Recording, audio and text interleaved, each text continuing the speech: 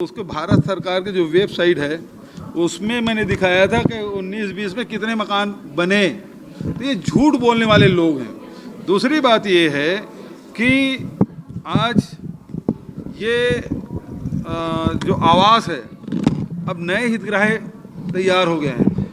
नए हितग्राही तब पता चलेगा जब आप आर्थिक सर्वेक्षण कराएंगे, जनगणना कराएंगे। और यही बात मैं प्रधानमंत्री से मैंने पहले पत्र लिखा था और परसों उनसे मुलाकात करके भी मैं आया कि भाई उसे जनगणना करा दें ताकि हमारे जो नए जो लोग हैं हितग्राही है उसको हम चिन्हित कर सकें, उनको लाभान्वित कर सकें। न केवल आवास बल्कि बहुत सारी योजनाएं हैं जिससे हम उससे लाभ से वंचित हैं।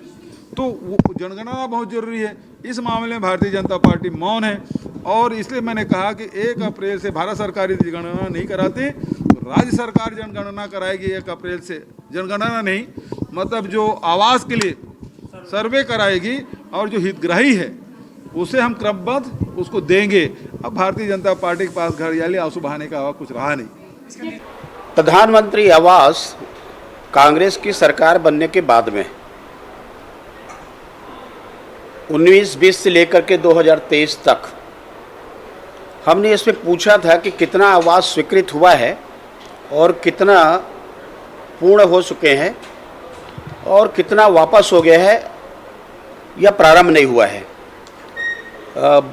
लिखित में जवाब आया है मंत्री जी का कि 16,60,966 आवास का लक्ष्य केंद्र सरकार के द्वारा रखा गया था और इसमें 3,08,915 आवास राज्य सरकार के द्वारा स्वीकृत किए गए।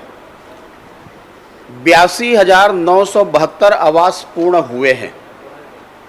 16 लाख आवास स्वीकृत किए गए। राज्य सरकार के द्वारा 82,972 आवास अभी तक पूरे किए हैं, पूर्ण हुए हैं और 13,52,51 आवास जो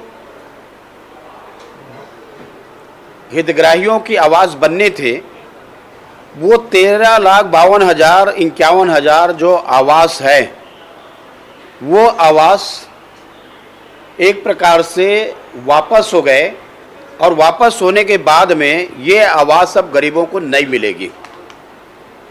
इस आवास में जो मुख्य बातें हैं कि एक तरफ जो केंद्र के राशि का राज्यांश सरकार नहीं दे पा रही है और राज्यांश नहीं देने के कारण में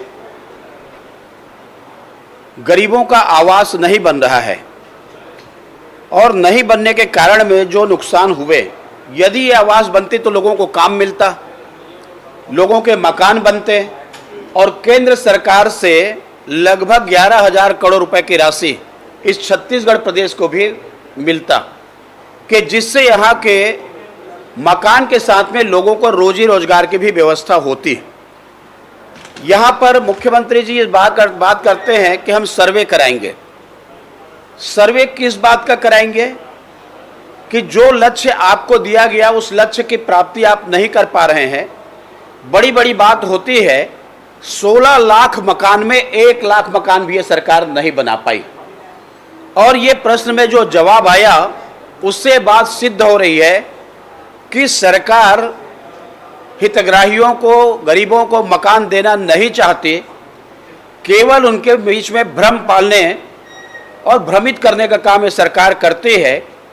आज ये मैं नहीं बोल रहा हूँ, सरकार के जवाब में ही स्पष्ट है और इसलिए इस सरकार ने धोखा देने का काम किया है गरीबों को छत्तीसगढ़ के।